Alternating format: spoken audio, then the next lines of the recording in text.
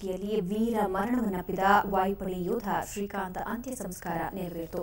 ಸಕಲ ಮಿಲಿಟರಿ ಗೌರವಗಳೊಂದಿಗೆ ಬೆಂಗಳೂರಿನ ವಿಲ್ಸನ್ ಗಾರ್ಡನ್ನಲ್ಲಿ ಅಂತ್ಯ ಸಂಸ್ಕಾರ ನೆರವೇರಿಸಲಾಯಿತು.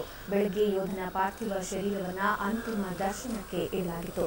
ಶ್ರೀಕಾಂತ್ ಕಳೆದ ಗುರುವಾರ ಸಂಜೆ ಪಂಜಾಬ್ ಗಡಿಯಲ್ಲಿ ಪಾಕಿಸ್ತಾನ ಸೈನಿಕರೊಂದಿಗೆ ನಡೆದ ಗುಂಡಿನ ಚಕಮಕಿಯಲ್ಲಿ ಸಾವನ್ನಪ್ಪಿದರು. ಹುತಾತ್ಮ ಯೋಧ ನಗರದ ಎಂಜಿ ರಸ್ತೆಯ ವೈರ್ಲೆಸ್ ಕೇಂದ್ರ ಕಚೇರಿಯ ಪೊಲೀಸ್ ವರಿಷ್ಠಾಧಿಕಾರಿ ಚಂದ್ರಪ್ರಕಾಶ್ ಅವರ ಮಗ. ಶ್ರೀಕಾಂತ್ 2 ವರ್ಷಗಳ ಹಿಂದೆ ವಾಯುಪಡೆಗೆ ಸೇರಿದರು. ಫ್ಲೈಟ್ ಲೆಫ್ಟಿನೆಂಟ್ ತರಬೇತಿ ಮುಗಿಸಿದ ಅವರು 6 ತಿಂಗಳ ಹಿಂದಷ್ಟೇ ಲುಧಿಯಾನಾದಲ್ಲಿ ಸೇವೆ ಆರಂಭಿಸಿದರು.